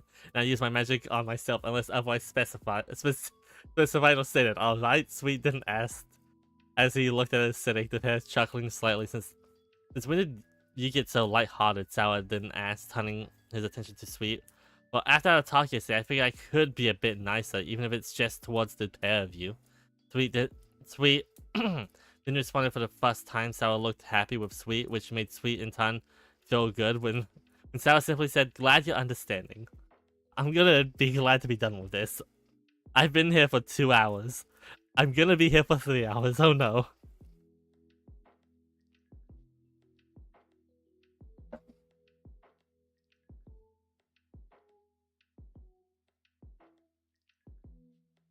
Acidic could partially been ignoring the pair. Whilst they got to talking, flew off in a little distance whilst he surveyed the gorge. He followed the bridges, each as decrepit as the next, until he finally saw it. The door of body, as seen in the book they had read, being carved partially within the stone of the gorge.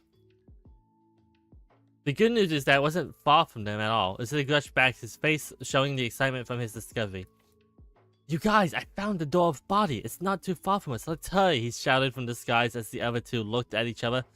They half wondered if it was all too good to be true, but half wondering if they'd be able to make it across the bridges. When they got to the first bridge, only a few planks had fallen out of the bridge, meaning the other two had simply jumped. However, when Acidic went to try and stylishly fly under the bridge, the winds almost knocked him into the rivers below. The other two watched for a moment as Acidic swirled around from the force of the wind before Sweet finally decided to use its magic to rescue Acidic.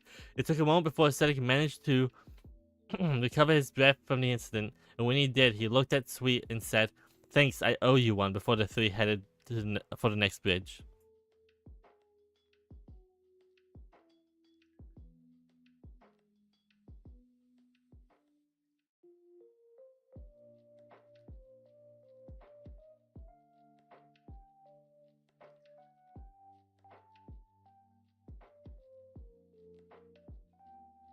One, 2, 3, 4, 5, 6, 7, 8, 9, 10, 11, 12, 13, 14 left. Oh, we're so close, everyone. We're so close to being done with this chapter, and I can go cry myself to sleep. Actually, I go eat my dinner, but still.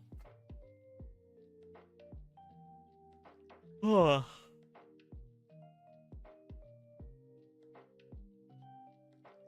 If I stream tomorrow, it's not gonna be this. I'm letting you know I need a break after this one.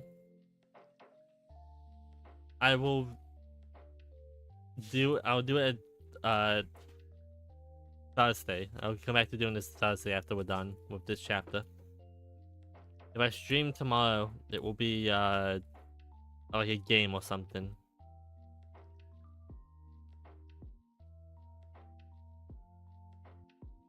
Maybe Pokemon. Would y'all want to see Pokemon? Anyway.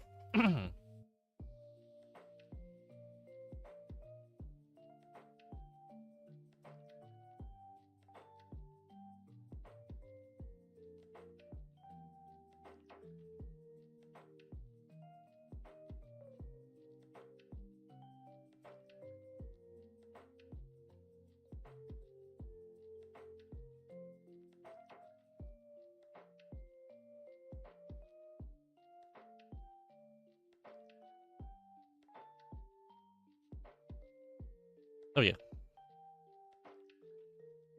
It took a few moments, but as they headed to the second bridge, they noticed they could take a path into the forest. The old and fragile sign that they read said, "Right for safety, left for shortening the journey." Right. Well, I guess we take the right path then. The left path doesn't look, but before City could finish his thoughts, he looked to the left path. He noticed it looked very worn down. Then he got an idea. Actually, on second thought, how about I fly through the left path and carry you both? He asked. The other, he asked the other two. Sour looked fine with this, but Sweet protested. Surely I can use my magic. And why are we risking this anyway? He asked.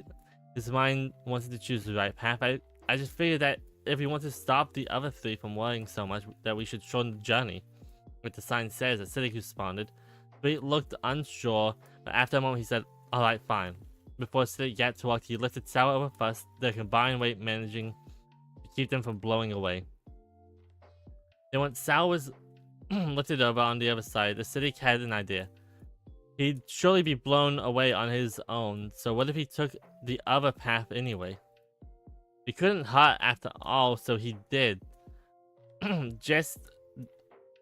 did that as Sweet waited. It took a few minutes longer than the left path, but Acidic appreciated the time he got to just relax while it's flying. He couldn't help but feel, however, as though he was being watched. He looked around at several points but couldn't see any pony anywhere in the trees. He did, however, feel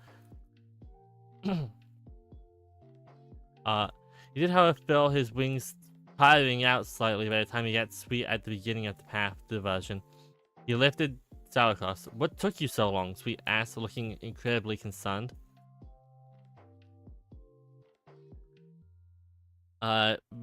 Video stream or tomorrow or gaming? I haven't decided yet. I'll decide tomorrow. May just take a break entirely. Let my voice recover some. Acidic, who took a deep breath, simply responded, "Sorry," deep in thought, and the scenery was nice before going to lift Sweet over. However, as he was crossing, his exhaustion was beginning to take a toll on him. He struggled to carry Sweet over the left path, and quite a few times nearly fell from his wings struggling to flap. They ached a lot, and he nearly failed.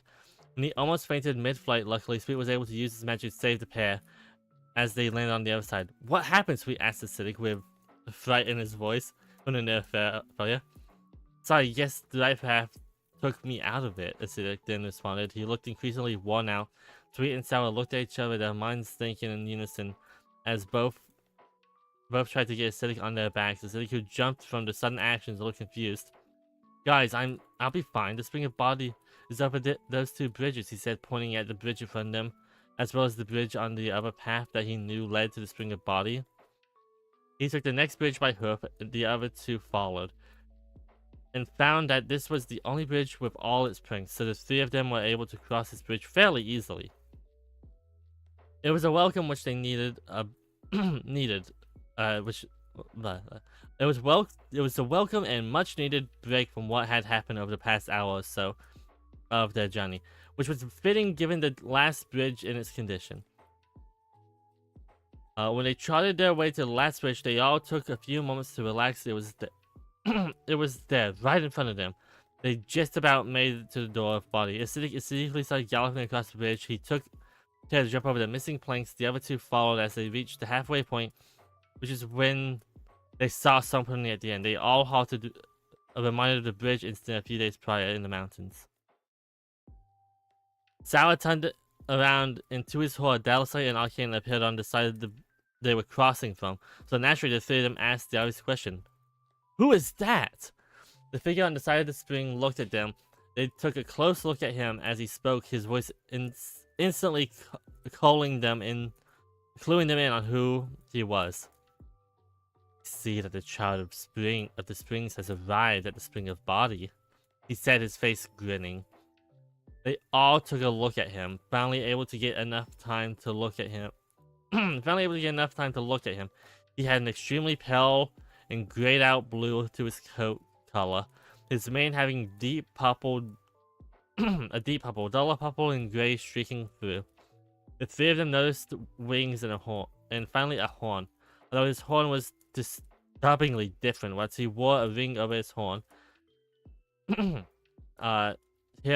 also wearing leg cuffs and purple fur cape. One of his eyes was missing.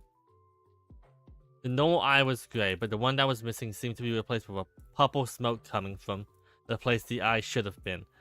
It was also disturbing to see that the place where his eye should have been had cracks that spread around his face, the cracks going so far as to spread up his horn, only stopping when they reached the near peak. The three looked at each other equally as disturbed as the next. That is until the figure spoke.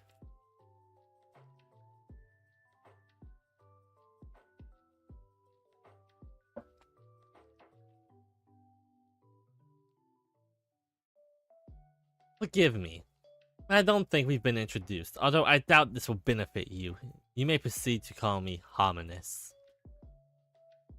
As you've probably gathered, I said Arcane and Dalisite after you, he said, looking at the three with a calculating stare. They looked at each other, then looked at Arcane and Dalisite. In Arcane's case, the resemblance was staggering. In Arcane's case, the resemblance was staggering, although for Dalisite it was less so.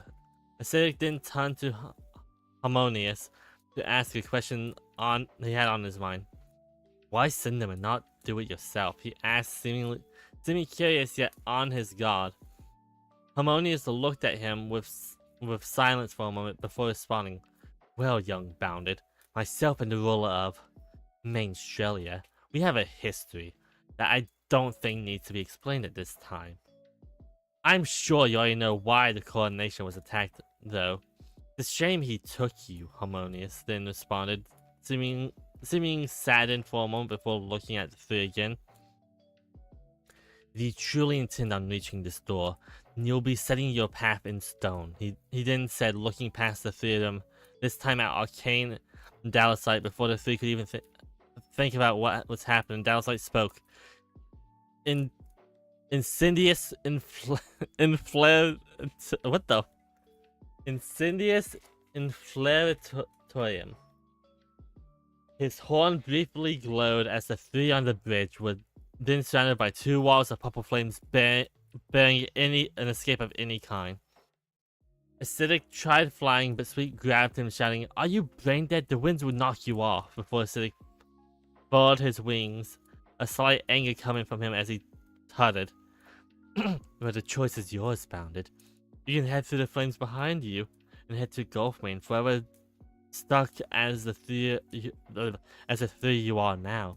Or, on the contrary, you could take up the task of piecing yourself back together, spring by spring. Harmonious then said, gazing at the three and waiting. The three on the bridge looked at each other before they looked back at Harmonious. Acidic being the one to speak up instead of giving an answer, he asked another question. Surely there's another way to get our Alicon body back, he asked, looking at Harmonious as the other two looked at Arcane and Dalisite. Harmonious subtly smiled and as he responded, "Unfortunately for you and fortunately for me, there's no other way. I assume you didn't read the prophecy in the book I gave you," he said, looking specifically at Sweet. Sweet turned to look at Harmonious, some shock hitting him as he had forgotten about the prophecy in his mind. Acidic, however, responded to Harmonious with the answer Harmonious seemed to be looking for. Fine, we'll do it.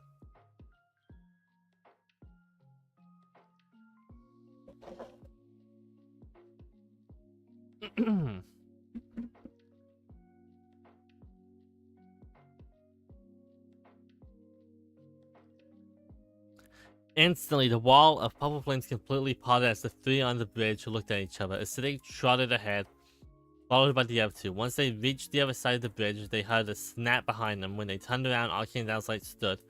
The three jumped back as they assumed they were going to attempt to attack them. But Harmonious quickly spoke. Do not fear them. They're simply observing, he said to the three as they looked at each other. They looked dumbfounded as Sweet quickly asked, but they attacked us.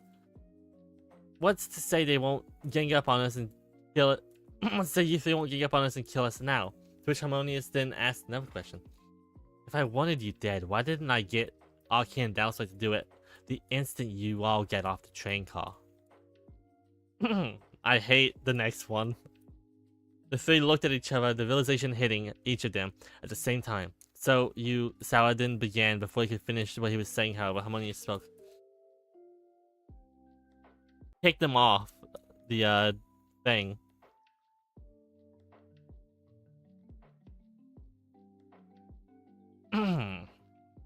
Where was I?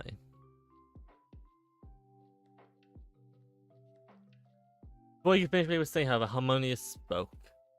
It is time for you to enter the Spring of Body. Before he trotted forward with a harsh push from Arcane, the three quickly trotted over to the door of Body. They looked at it up and down and saw it had a horseshoe-shaped symbol on it.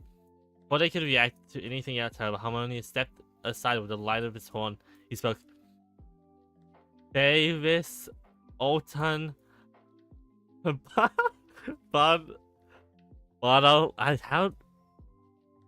Bodal to I can't pronounce that. Bay Alton Bod. It's Bay Body. Bay Body Union. I'm not gonna try and say it like that. That's stupid. I hate these fucking spells. They're the dumbest things ever. The three witnessed the door that had previously been sealed open slowly. They got a glimpse of what was on the other side, a passage that led into the rock behind the door. Waited. Proceed inside. We are not done yet. Harmonious then said, making the three jump into the air a little bit as they forgot he was still there. Acidic was the first thing to follow closely by Sour and Sweet, and then Harmonious, Arcane, and Dalsite. He noticed that on his way through and down the stairs that he traversed down, that the passage seemed frozen in time.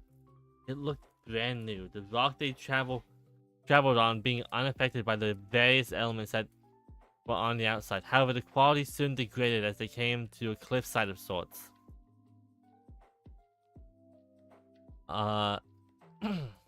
Cliffside of sorts. The three looked around, noticing smaller waterfalls coming from above them. In front of them, they noticed a statue with 3 platforms sticking out of the water that was coming from the waterfalls.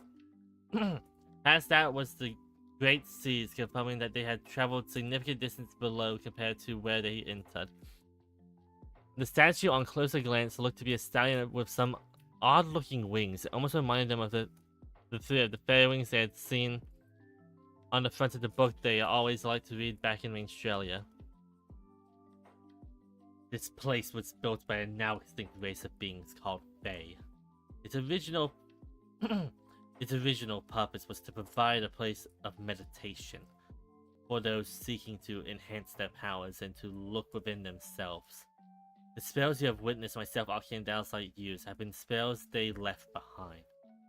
A final tribute to their history, and one last attempt at preserving their legacy. Harmonious then said, entering the spring with both Dalsite and Arcane following them in. Harmonious glanced at the spring, although seemed to not be looking directly at the statue that was in front of the sea, seeming almost distant. That, however, was when he spoke again. All 3 of you need to step on those platforms. Pegasus, you step on the one in front of the 2 behind, he instructed. Oh no, not the fairy/face stuff. Oh, too bad. I have to say spells. Spells in made-up language now. The 3 did as they were told, Sour and Sweet hopping on the platforms behind the one Acidic didn't get onto. With a powerful gust of wind, Harmonious flew into the shallow waters in front of the 3. He didn't seem fazed by the waters as he looked down at Acidic with a breath, he spoke again. Recite the following: Reparium dias. Repair the body or something like that. I'm not gonna try and do this dumbass shit. I'm so tired of face spells. Acidic looking at the other two and then back at Harmonious did as he was told, repeating what Harmonious just said. Because I'm not reading it again.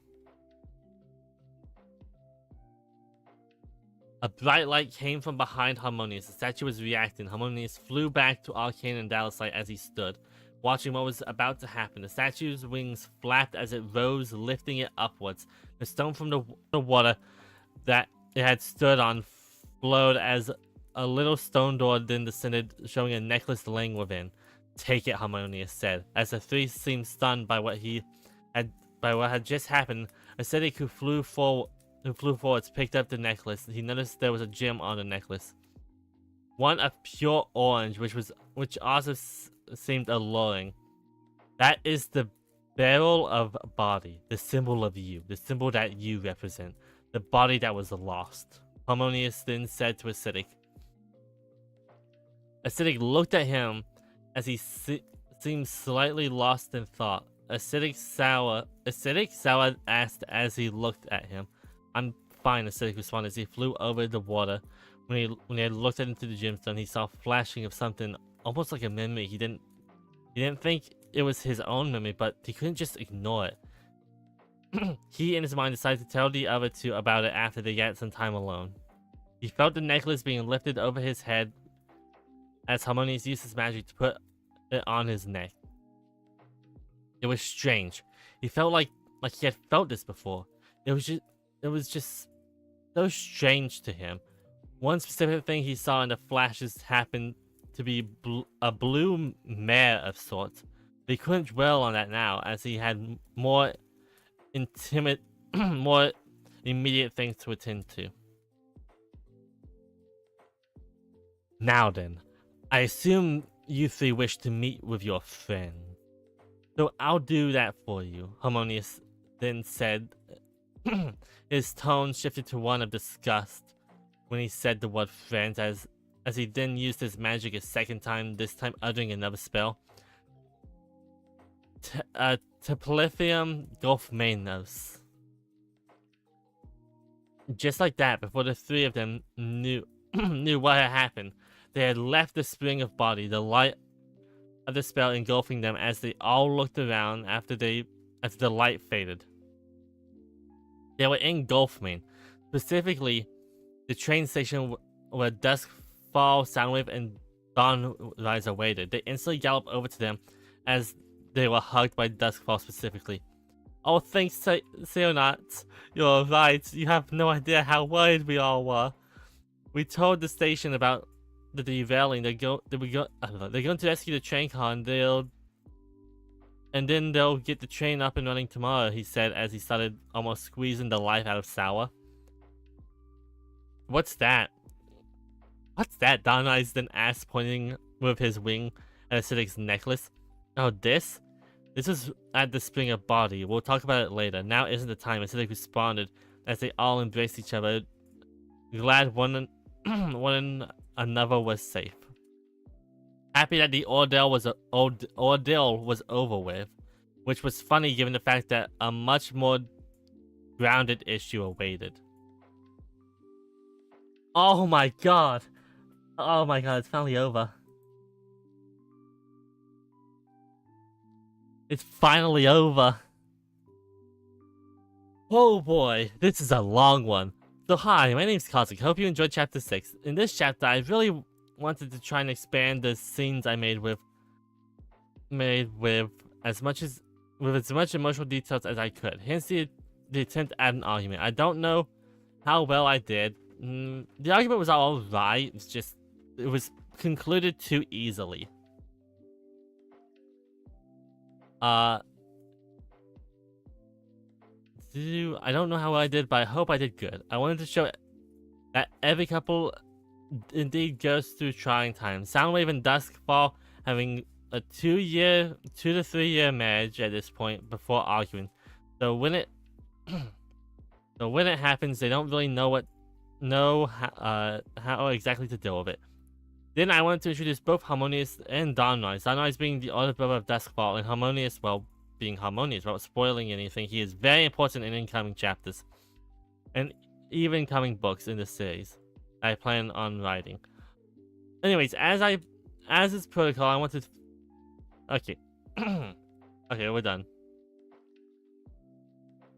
Okay, overall, besides the spells, I'm gonna ignore the spells. The chapter wasn't bad. Compared to last chapter, which just made me laugh because of how funny it was that when the character was racist the entire time. It wasn't bad.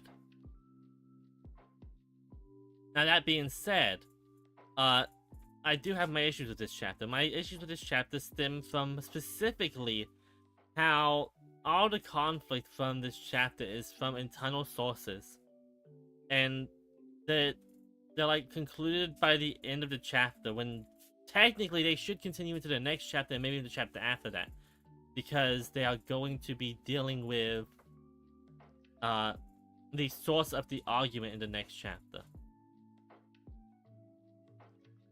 But overall, the chapter wasn't bad.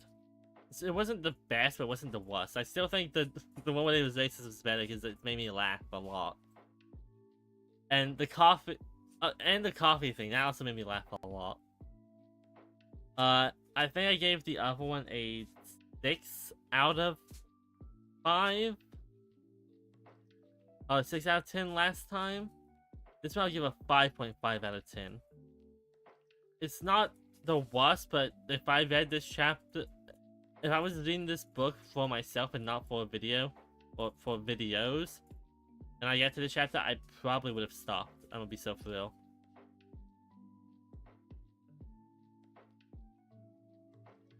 I don't think I could have justified, making this at this point.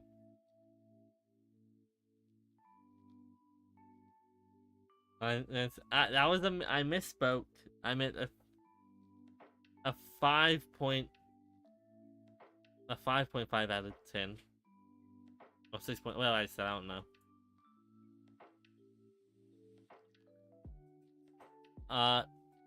Hopefully in the rewrite I don't have to read all these spells because they are stupid.